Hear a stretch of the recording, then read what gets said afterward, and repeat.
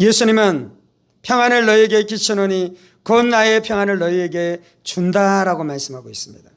예수님은 예수님이 가지고 있는 평안이 있는데 그 평안을 우리에게 주는 것입니다. 평안은 공기가 실제하는 것처럼 실제합니다.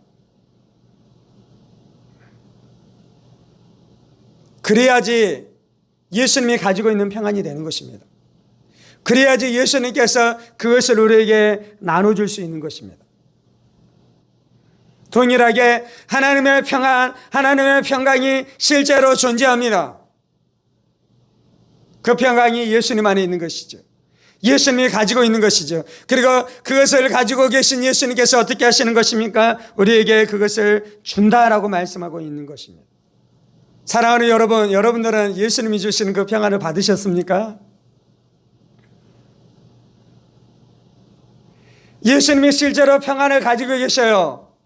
예수님이 가지고 있지도 않는 것을 가지고 우리 가운데 준다라고 말씀하는 것이 아닙니다. 예수님의 평안은 실제로 존재하고요. 그리고 예수님은 그 평안을 실제로 우리 가운데 주시는 것이고요. 그리고 성도들은 어떻게 하는 것입니까? 그 평안을 받는 것입니다. 평안을 너에게 끼치노니 곧 나의 평안을 너에게 주노라. 내가 너에게 주는 것은 예수님은 주시고요. 우리는 받고요. 받은 것을 분명하게 내가 아는 것입니다. 그 예수님이 가지고 있는 평강으로 말미암아 예수님께서는 풍랑 가운데서도 전혀 두려워하지 않으셨습니다. 예수님은 자신이 가지고 있는 그 평안을 의지해서 지금 이제 십자가 앞으로 나아갈 것입니다.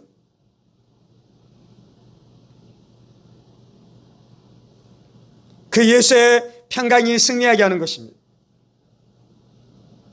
평강이 하나님이 너희 가운데 임할 때 너희가 마귀를 이기리라라고 말씀하잖아요. 평강이 하나님이 너희 가운데 임할 때 너희가 사탄을 밟을 수 있을 것이라고 말씀하잖아요.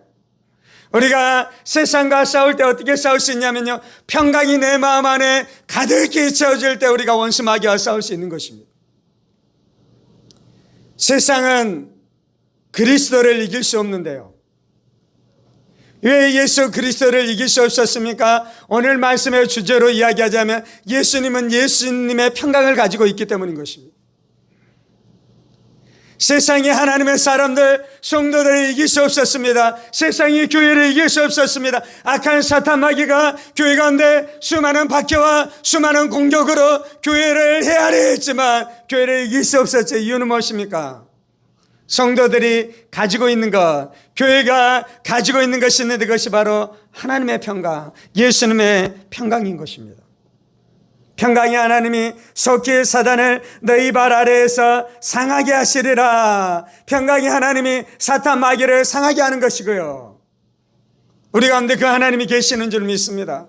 우리 가운데 그 평강이 하나님이 우리와 함께 하시는 줄 믿습니다. 예수님이 평강을 우리에게 주셨고 성령님이 우리 안에 오실 때에 그 예수님의 평강을 가지고 오신 줄 믿습니다.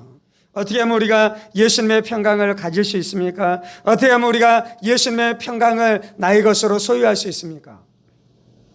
예수님의 평강을 누리는 것에는 분명한 기반이 있습니다. 예수님이 주는 그 평강은 어디로부터 얻냐면요, 예수님께서는 나의 평강이라 그러잖아요. 빌립보서 4장에서는 모든 지각에 뛰어난 하나님의 평강을 그리스도 예수 안에서 너희가 누리게 될 것이다 라고 말씀하고 있습니다. 그 평강은 예수 안에서 누리게, 예수 안에서 우리가 십자가를 바라보고 우리가 예수의 인품을 바라보고 예수의 사역을 바라보고 예수의 죽음과 예수의 부활을 묵상하기 시작할 때 그때에 내 마음 안에 부어지는 평강이 있다는 것입니다. 아멘. 이 평강이 예수님이 주시는 평강입니다. 하나님이 우리 가운데 그것을 주시기를 원하십니다. 예수님이 우리 가운데 그것을 주시기를 원하십니다.